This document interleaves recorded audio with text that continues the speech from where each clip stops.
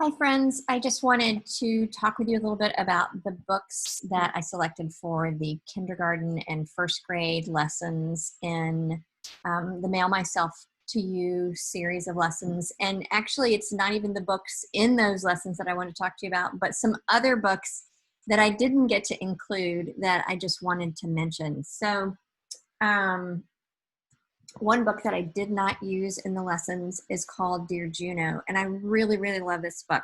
And so um, Juno gets a letter from his grandmother in Seoul, and who's in Seoul, and his grandmother sends him a picture of her with her cat and a picture and a dried flower.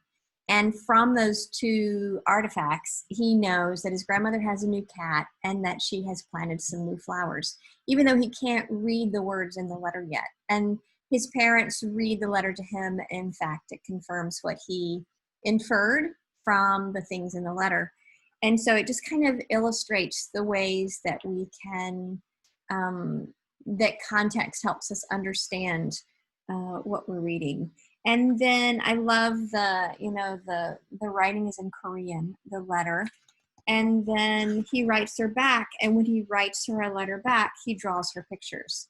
And the idea that drawing pictures is can be done to write a letter. I love that. And then also he gets another letter from her, and let's see if I can find the page. And she sends him a toy airplane and a box of colored pencils. And he knows from those that she wants him to send her another letter and that she's coming to visit him on an airplane. And so it's just a really, really sweet book on many, many levels. Lots of Juno and his grandmother sending themselves to each other. And then Dear Mr. Blueberry. Dear Mr. Blueberry is probably the most whimsical of the books that I kind of let into this set. But what I really love about it is, especially for like first grade, beginning of second grade, even, that the font and the word choice lend themselves to a beginning reader to some degree. And so it would really, really make nice shared reading text. So here's one page. Dear Mr. Blueberry, tonight I am very happy because I saw my whale jump up and spurt lots of water. Sorry, I'm reading that backwards. And so, but the child in the story, this is Emily, and Emily has a whale that's living in the fountain out in her yard. And she's writing to her teacher, telling her teacher that there's a whale, and the teacher keeps writing back and saying there can't be a whale. And so, but it's a lovely story as well. This one, if you don't know, same but different, is really, really spectacular. And I would use this in any grade, not just K-1.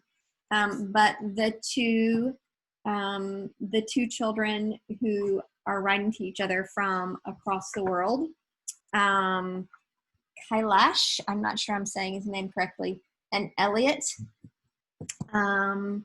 but they write about, so here you can see, here's a picture.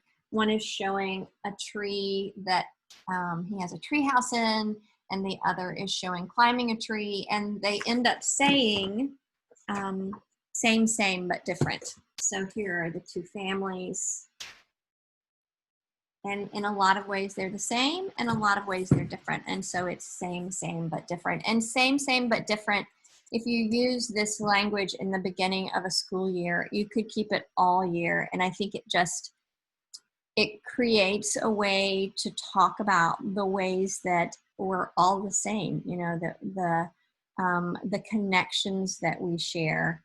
And so I just love this book. And then finally, I wanted to show you Night Monster. Night Monster is about a little boy. His name is, and I'm not sure, I think this book was yeah, it was written in India. And so Avi is he's brave during the day, but at night he gets afraid. And so Swati, and I'm not sure, Swati is his sister.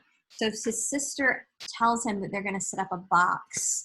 And in that box, they're going to write letters to the night monster and put them in there. And so he writes to the night monster and puts it in the box, and he gets a letter back. So each reason that he has for being afraid, here's one. Dear night monster, why do you scare me? I am just a little kid. And then the night monster writes back. Of course, we infer that it's his sister, but gradually he works through each of the things that are causing him fear during the night. And it has some fold out kind of devices that make it really fun. And it seems like it would be, you know, right now there are lots of things on our hearts and minds that maybe cause us to have a little bit of fear. And having children write down something that they're scared of, or if they're scared, or putting a box in the room where they could write their feelings, if you're face to face, that is.